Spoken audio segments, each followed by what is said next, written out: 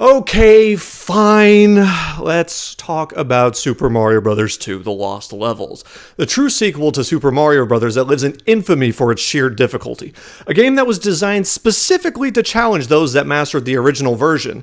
They even stamped the phrase "for super players" on the cover art, so you know they're not fucking around.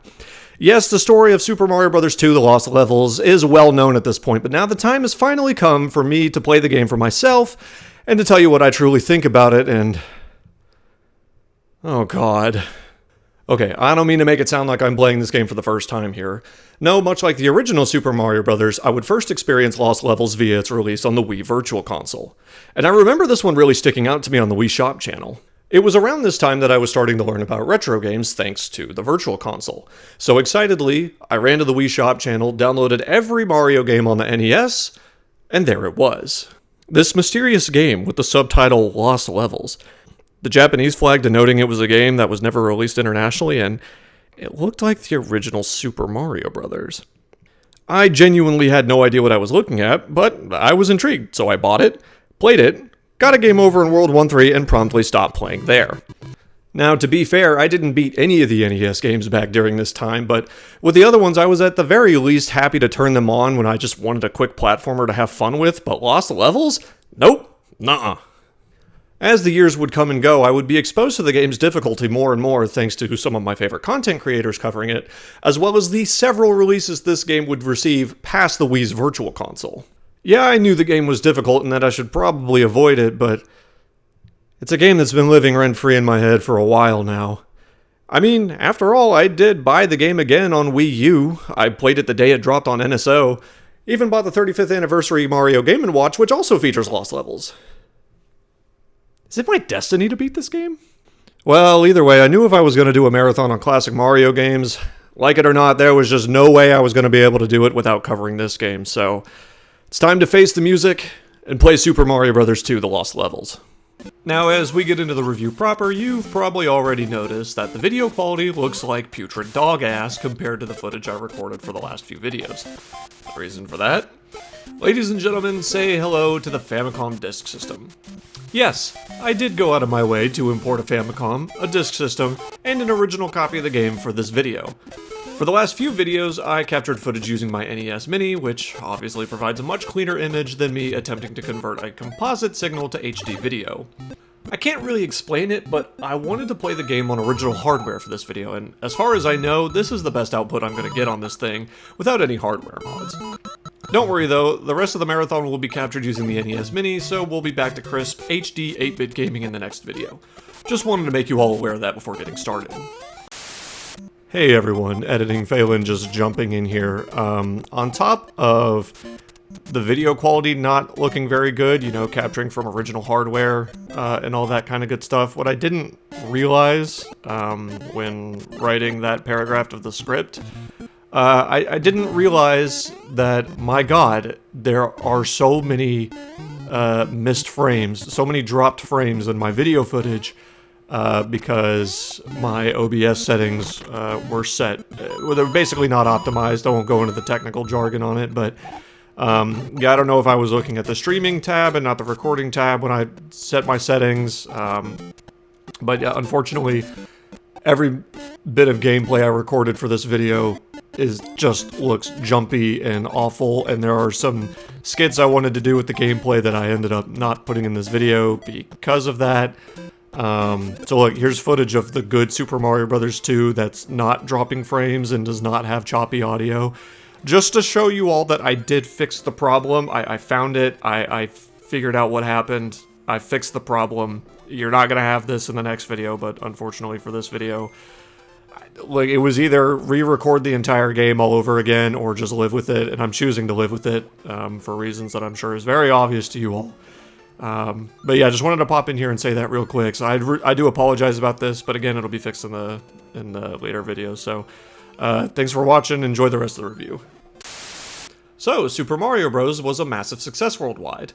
Wanting to capitalize on that popularity, Nintendo would go on to develop Super Mario Bros. 2: The Lost Levels for the newly released Famicom Disk System. Well, okay, it technically wouldn't get the subtitle Lost Levels until the game saw its Western debut in Super Mario All-Stars, but I'm going to keep calling it the Lost Levels to avoid any confusion between this game and the sequel that the rest of the world got. The idea to create a game that was an extremely challenging take on the original was actually inspired by the development of Versus Super Mario Bros. Huh, good thing I covered that game in my last video after all.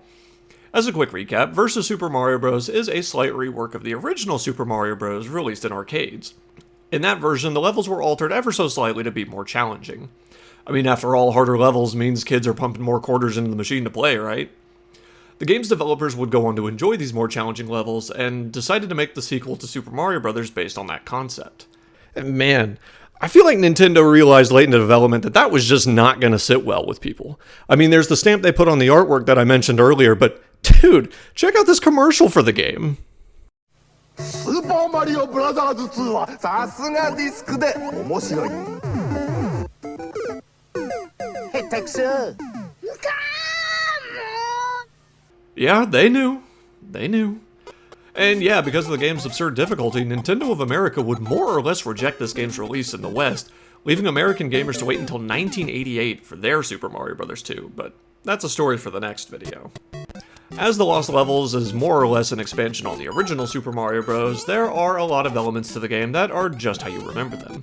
As before, Bowser has once again kidnapped Princess Toadstool, and you have to travel through 8 worlds to rescue her. Yes, things are familiar, but you'll quickly realize a few differences here. First, you actually get to choose which brother you play as for the adventure. Mario controls just as he did in the original game, but Luigi has new characteristics that make him stand out. For one, Luigi can jump way higher than Mario, making some jumps much easier, which is awesome. Unfortunately, I guess Luigi forgot to change his shoes from the Mario Bros. Arcade game because he also suffers from low traction, meaning that he slides around a lot, which can make precise platforming a bit of a pain. It's really a matter of preference, as the game can be beaten with either plumber.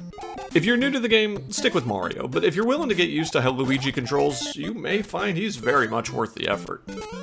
Lost Levels also has a few graphical changes. To start, a lot of background elements were given eyes, for some reason, which admittedly would later go on to be a common trope for the Mario games moving forward. The ground also looks like, that. Look, I know I said the previous game looked rather blocky, but I'm not sure if I like this ground tile set compared to the original games. I suppose if nothing else, it gives the game somewhat of its own identity in that way. The music is the exact same as it was before, and I gotta be honest, I find that a bit disappointing. One of the coolest features of the Famicom Disk System for me is the additional sound channel, which allows for enhanced audio that a normal Famicom or NES really wouldn't be able to compete with. You want an example? Listen to the soundtrack to the Famicom Disk System version of Metroid compared to the NES version. The differences are subtle, but there's an extra layer of depth to the music thanks to that additional sound channel. Lost Levels doesn't do anything with that, just ports over the original music, which again is great stuff, but still disappointing.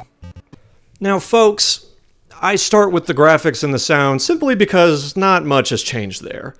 The real meat and potatoes of this game is the level design. Let's get into it. Right at the start of the game, you have the opportunity to pull off a one-up trick using this Koopa right here, and I recommend you do, as you're going to lose a ton of lives throughout the course of playing this game, because unfortunately this is not one of those fun and satisfying hard games. This is one of those bullshit, unfair hard games. Now the game doesn't start off too bad. World 1 and up to World 3 is relatively straightforward, only asking you to be capable with levels around the difficulty of the later worlds of the first game. That being said, World 1-1 introduces us to our first new obstacle, the Poison Mushroom. It pops out of a block like a normal power-up, but will damage Mario if it's touched. Real classy of them, by the way, to play with your instincts from the first game by making this the first power-up you're likely to find. A sign of things to come. I guess while we're on the topic of new obstacles, there's also the green spring. Now, the original game would occasionally have you jump off a spring to reach high areas, but it wasn't used in many levels. Not only does this game pepper in more springs in this game, which are incredibly fucking annoying by the way, they also introduced the green springs that, holy shit! Yeah, it sends Mario fucking flying, and it's incredibly hard to tell where you're gonna land. I often try to avoid using these when I can, but unfortunately there are a few levels where using one is mandatory. Finally, there's the wind. In a few levels, a gust of wind will start blowing that will constantly push Mario forward. I actually don't mind this level gimmick too much, as running and jumping with the wind to your back can be a lot of fun. However, there are moments where the game expects you to make precise jumps and landings while the wind is blowing, and I could have gone without that. As far as enemies go, not much new here. Every enemy from the first game is here and accounted for, and severely ramped up in numbers, might I add. We do get a new variation of the piranha plant, which is red, faster, and will reach out of the pipe even when Mario is standing next to it. They somehow made Hammer Brothers even more dickish in this game by having the fuckers run towards you while throwing their hammers. You can still pretty reliably just run and jump past them, but if you slow down, you're basically screwed.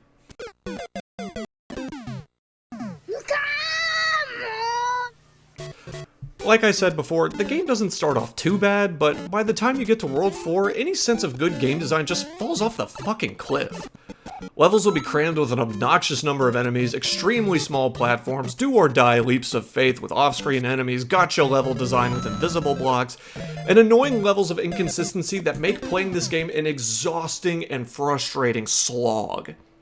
World 4-4 stands out in my mind as one of the most frustrating levels I had to play in this game. Annoying enemy placement, this section right here where the game can't seem to decide if I'm allowed to hug the wall to pass or not, tight jumps with random Bowser flames, and Jesus Christ, look at this fucking Bowser arena! Getting past this requires you to get lucky, or to hope that the dumbass wanders too far past the wall for you to get in. Ugh. And this is just one example. Worlds 5 through 8 only get more obnoxious with the amount of shit they expect you to deal with. Like, come on, what is this shit? It's a leap of faith! Whoa, what in the hell just happened? Remember when I said there's a level of inconsistency to this game? Here's a couple of examples.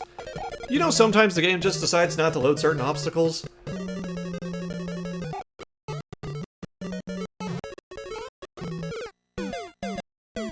Or how about this bullshit?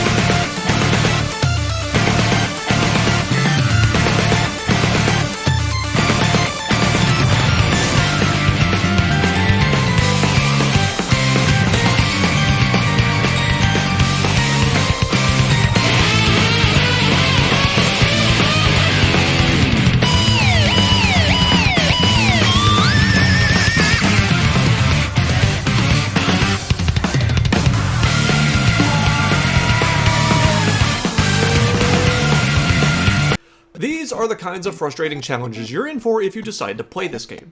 I'm telling you, use that one-up trick. I'll be honest, that trick is the only reason I had enough patience to push through and beat this game. The standard 3 lives is nowhere near enough to survive a run-through of this game, especially if you don't intend on using any warp zones. Oh yeah, those exist in this game. As before, you can quickly get to any world in the game if you know where to find the right warp zones. There are a lot more of them in this game too, and... Yeah, okay, there are warp zones that take you backwards, which, dick move, by the way. I don't like the idea of punishing players for exploring or finding secret areas, but it's also pretty fucking funny, so I'll let this one slide. Unlike the first game, continues aren't hidden behind a code. When you run out of lives, you can select continue, and it'll start you back at the beginning of the world you died in. Which, sure, is nice, but I'd still recommend doing the one-up trick over trying to brute force your way through the game with continues. Dying in the castle level of a world in this game and being booted back to the start of the world is a whole different kind of frustrating in this game. Okay, I think I've made my point by now, so let's finish this. World 8-4. Running out of lives, mostly because of this picky-ass jump right here. Get past the crisscrossing paratroopers, avoid the clone Bowser, run and jump to the real Bowser, reach the axe, and... Yes! Princess Toadstool is saved once again. Peace is paved with kingdom saved. Hurrah to Mario, our only hero. This ends your trip of a long friendship. Peach, don't quit your day job. Huh. I guess they really are just friends, huh? Okay, we're not exactly done here just yet. On top of the 32 levels in the game, the developers also included 20 bonus levels. Yay, we get to play more of this awful game! Ugh.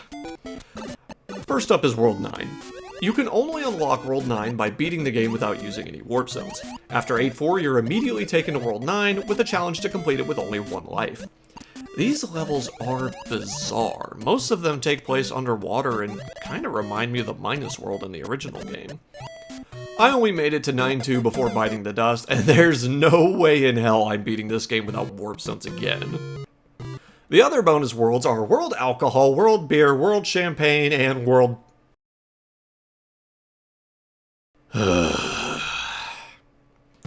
Worlds A through D require you to beat the game 8 fucking times in order to unlock them. 8 times? That's absurd! I did it anyway. Full transparency here though, for the other 7 playthroughs, I used the warp zones to skip to World 8 because again, there's no way in hell I'm beating this game without warp zones again. I also decided to play as Luigi for the repeat runs, and let me tell you, playing Luigi after playing 32 levels with Mario, it took some getting used to, but I'm glad I stuck it out. Luigi's higher jumps definitely made the repeated runs a little easier. Alright, there, 8 stars on the title screen. Let's just get this out of the way. Okay, yeah, I'm not gonna sit here and pretend like I actually beat these worlds. Unlike the standard levels, the one-up trick in World A1 is a little more annoying to pull off, and at this point, I just no longer had the patience to try and get it. So I tried to beat these worlds with continues and warp zones. I beat World A, beat World B, got to C3. C3. Looked at the level map and said, fuck that, and stopped playing. Great reward, developers! I beat your bullshit game 8 times and I was rewarded with more bullshit. Ugh, I'm done, man. I think it's fairly obvious at this point, but I didn't exactly have a good time with this one. The unnecessarily punishing level design and gotcha moments just wore me out, especially since I was playing on original hardware and didn't have access to things like save states to make the journey more comfortable. That's what I get for playing on original hardware, I guess, but I don't think the game would be any more enjoyable with save states or rewinds. It's just not a very well-designed game, and I'm glad to be done with it. At least until I get to Super Mario All-Stars. Help me. Actually, speaking of Super Mario All-Stars, if for some reason you feel like you have to play this game, just play the remake on Super Mario All-Stars. It has a save feature, which makes it the best way to play the game by default, and only requires you to beat the game once to get to World A. If you play it on the Switch, you'll even have save states and a rewind feature to take full advantage of. Whatever you do, don't put yourself through the torture I did for this video by playing the 8-bit game. As a Mario fan, it pains me to say this, but this is one game that I'll be happy to never play again. To be honest with you, I think Nintendo of America made the right call to not release this game. While not releasing a game because it's too hard is a bit silly, sure, you gotta think back to what the video game landscape looked like in America back then. Mario had just revived the industry from the brink of destruction in the United States. Releasing Lost Levels might have undone all the progress the first game made by reviving interest in the video game industry in the West. I guess we'll never really know, but I do feel validated reading some of the opinions of the NOA evaluators before they cancel the game for the Western market. Here's a quote from Howard Phillips, one of the game's evaluators. As I continued to play, I found that Super Mario Bros. 2 asked me again and again to take a leap of faith, and each of those leaps resulted in my immediate death. This was not a fun game to play. It was punishment. Undeserved punishment. Man, we all can relate to that little girl, huh? Since Lost Levels release in the West would be cancelled, American gamers wouldn't get what they know as Super Mario Bros. 2 until 1988. However, that'll be a story for next time, and I'm anticipating having a better time with this one. Thank you all for watching, and I'll see you in the next video.